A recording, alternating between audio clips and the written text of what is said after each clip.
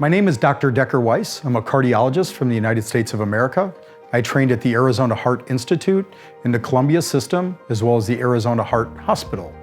I practice a style called integrative cardiology.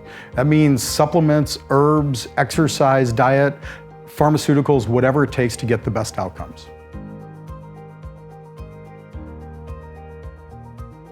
Using ubiquinol as a cardiologist, there's three main effects that I see that I really need for my patients. The first one is in the reduction of oxidized or spoiled or rancid cholesterol. In essence, LDL is protective and good for you. Oxidized or spoiled cholesterol is bad for you. So I use the ubiquinol to protect the LDL from oxidizing and to bring down the amount of the oxidized LDL.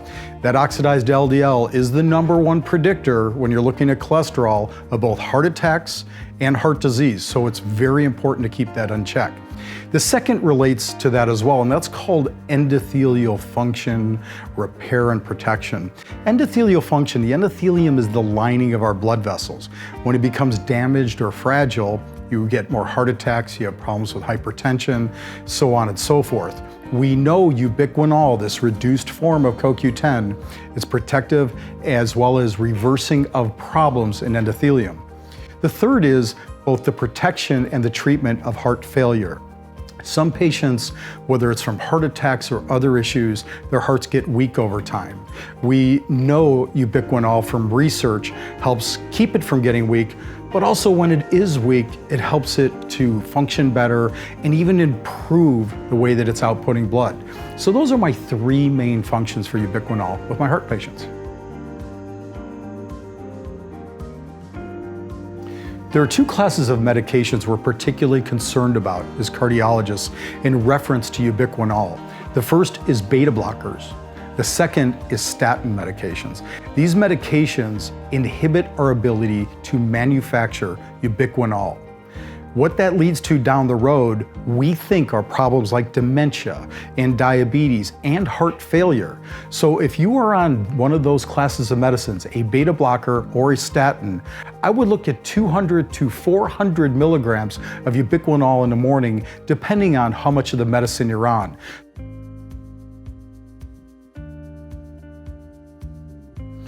Dosing ubiquinol seems very complex on the outside, but it's not. So let's simplify this. Okay, if you're just trying to prevent heart disease, 100 milligrams of the active form is plenty. You don't need 200 to 400. That's regular CoQ10. When you have the active form, 100 milligrams in the morning is just fine. Now, let's say you're a person who's been diagnosed with heart disease, has had bypass surgery, or maybe a stent. Depending on if you have any heart damage is how you're gonna dose your CoQ10. So if your cardiologist said, nope, your heart was just fine, we got to you in time, then you're looking at 200 milligrams of the ubiquinol in the morning. Now, if you've had a little bit of heart stress, you had that heart attack and there's a little bit of damage, you wanna move right to 400 milligrams in the morning. Now, I will dose it one of two ways. I will dose 200 waking and another 200 around noon, but my patients don't like to take that noon dose. So usually I do 400 milligrams in the morning. And I find that to be very, very protective because we cannot let that heart get any weaker. Now, the third stage for heart patients specifically is going to be when you already have a weak heart. And when you already have a weak heart, you are solidly in the waking up having 400 milligrams of ubiquinol and then 200 milligrams either at noon or dinner. You need that 600 milligrams a day. The reason is when those hearts get weaker, it is tough to get them to be stronger again. So we have to prevent them from slowly getting weaker over time. And that's what we see in patients who are not on ubiquinol. But when you're in that 600 milligram range, I am very comfortable for your safety. The newest category is when you look at your nervous system disorders. When you're looking at Parkinson's, dementias, those patients are at 1,000 milligrams a day. You are around 400 in the morning, another 400 at dinner, and maybe 200 at bedtime to protect the brain and even to, and many people, help protect them from seizures.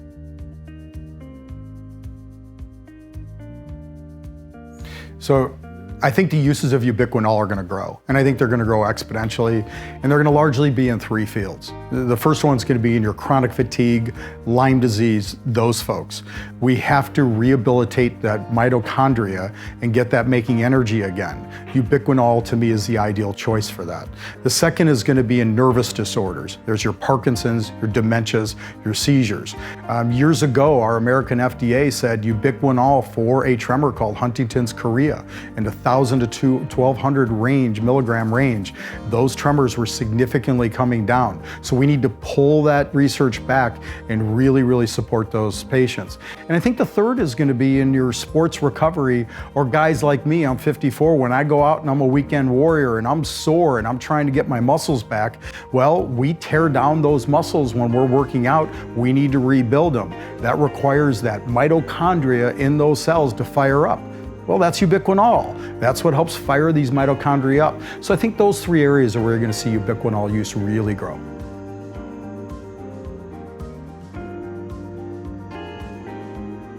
CoQ10 in the early years, when I first started practicing, it never worked quite right.